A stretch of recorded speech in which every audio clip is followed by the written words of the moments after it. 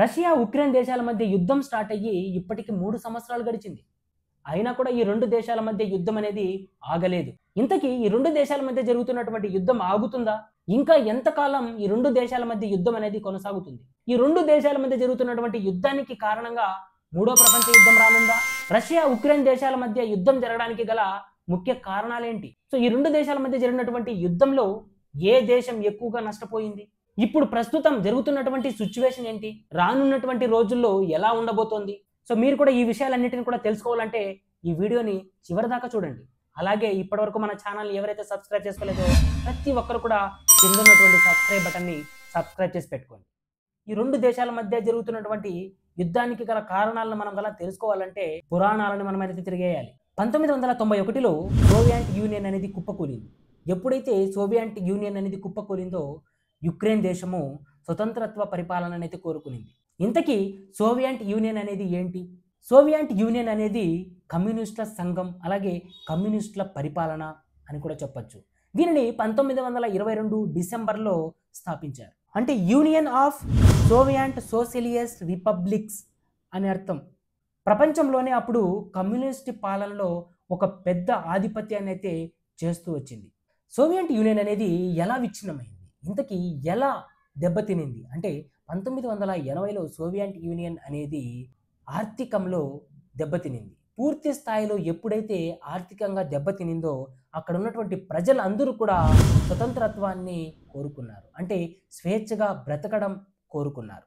So చివరికి 1991లో 15 దేశాలు స్వతంత్రత్వ పరిపాలననైతే సాగించాయి. అందులో ఉక్రెయిన్ దేశం కూడా ఒకటి. ఎప్పుడైతే ఉక్రెయిన్ దేశము స్వతంత్రత్వ పరిపాలనని కొనసాగించిందో పూర్తిగా తన యొక్క భూభాగాన్ని తన ఆధీనంలో ఉంచుకోవాలని అయితే చూసింది. కానీ దీనికి భిన్నంగా రష్యా పోటీ పడుతూ వచ్చింది. సో అప్పటి నుంచి ఈ 2 దేశాల మధ్య యొక్క విభేదాలు స్టార్ట్ అయ్యాయి. తర్వాత ఉక్రెయిన్ అమెరికా అలాగే యూరోప్ దేశాల యొక్క సరసన చేరడంతో రష్యా వీటిని సహించలేకపోయింది. ముఖ్యంగా ఉక్రెయిన్ నాటో సభ్యత్వాన్ని కోరడం మొదలుపెట్టింది. రష్యా తన ముప్పుగా భావించి యుద్ధాన్ని అయితే ప్రకటించింది. ఇంతకీ నాటో సభ్యత్వం అంటే ఏంటి? నాటో సభ్యత్వం వల్ల రష్యా ఎందుకు భయపడుతూ వచ్చింది?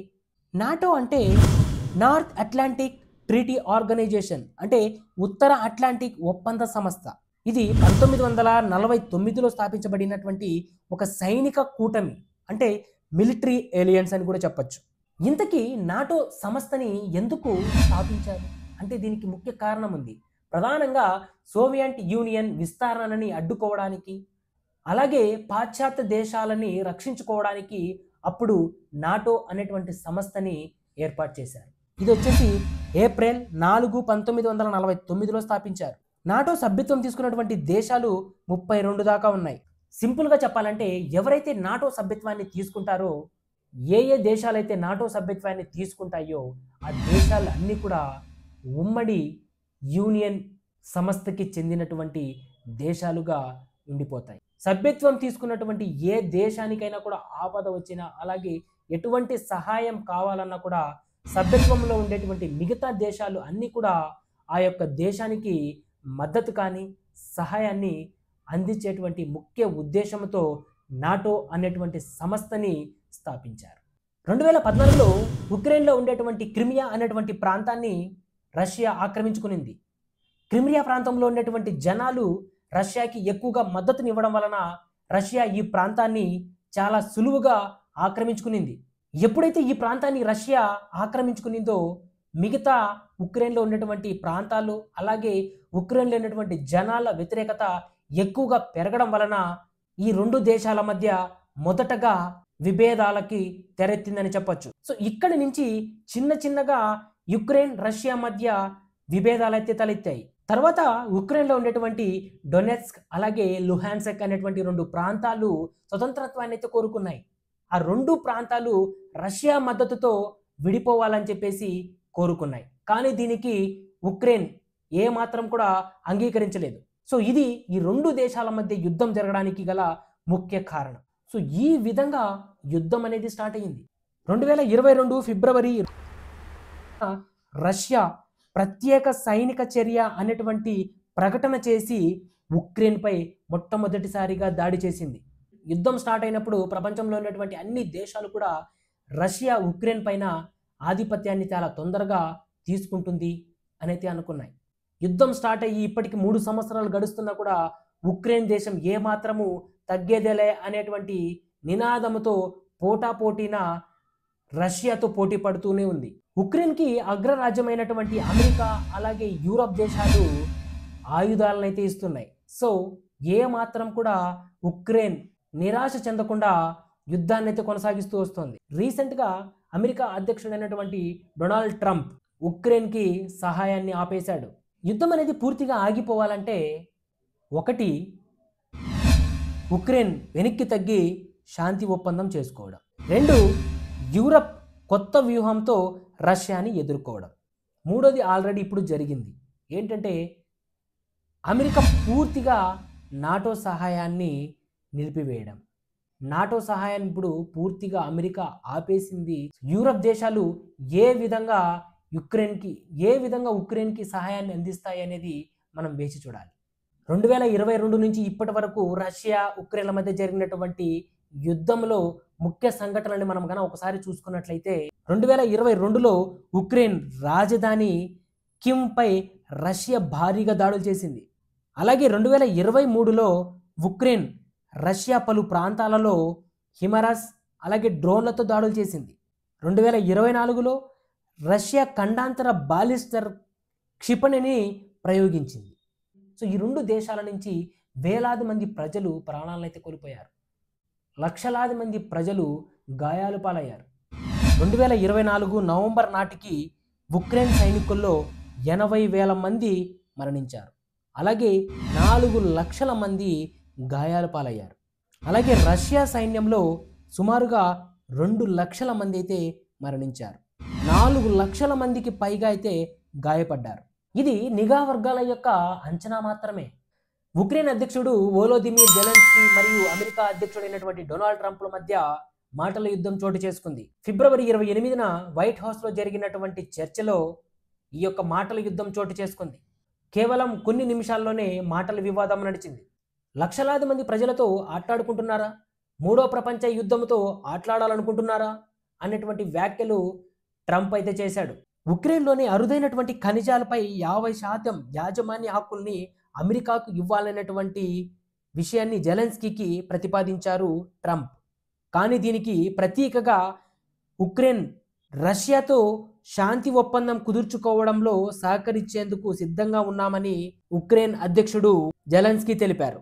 ఈ ప్రతిపాదనపై జెలెన్స్కీకి పూర్తిగా అసంతృప్తి ఉందని వ్యక్తమవుతోంది. అమెరికా అధ్యక్షుని గౌరవిస్తాను, కానీ తను క్షమాపణలు చెప్పాల్సినటువంటి అవసరం ఏమాత్రం లేదని ఉక్రెయిన్ అధ్యక్షుడు జెలెన్స్కీ స్పష్టం చేశాడు. తరువాత జెలెన్స్కీ నేతృత్వంలో ఉక్రెయిన్ విధ్వంసానికి గురయ్యిందని, అలాగే జెలెన్స్కీ యొక్క ప్రజా ఆమోదం కేవలం 4% మాత్రమే ఉంటుందని ట్రంప్ వ్యాఖ్యానించారు. దీనికి ప్రతీకగా జెలెన్స్కీ స్పందిస్తూ ట్రంప్ తప్పుడు సమాచారంలో చిక్కుకొని ఉన్నాడు, తనకి ఏమాత్రము ప్రజా ఆమోదం తగ్గలేదని స్పందించాడు.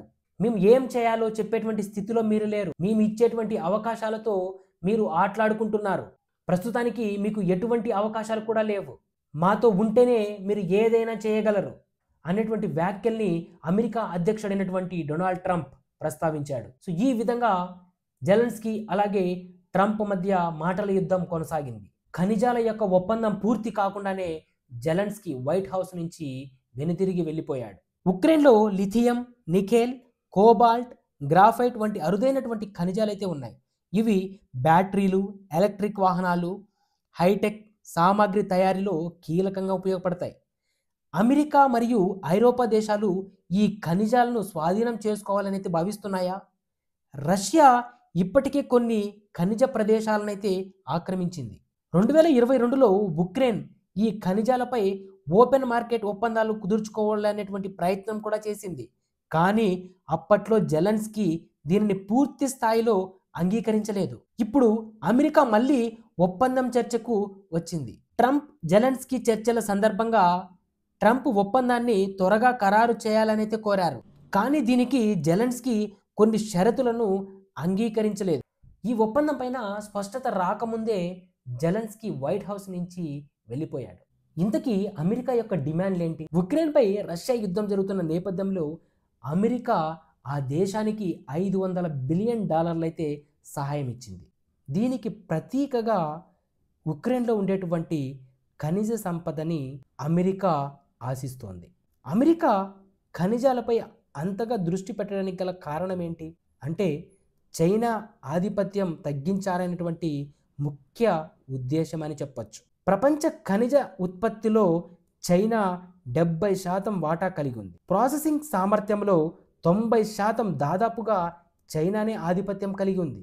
అంటే అమెరికాకు చైనా మీద ఆధారపడడం ఇష్టం లేదనైతే మనకు తెలుస్తోంది. అందుకే ఉక్రెయిన్పై దృష్టి పెట్టింది. ఇప్పటి వరకు $350 బిలియన్ విలువైనటువంటి వనరులను రష్యా ఆల్రెడీ తన ఆధీనంలోకి తీసుకునింది.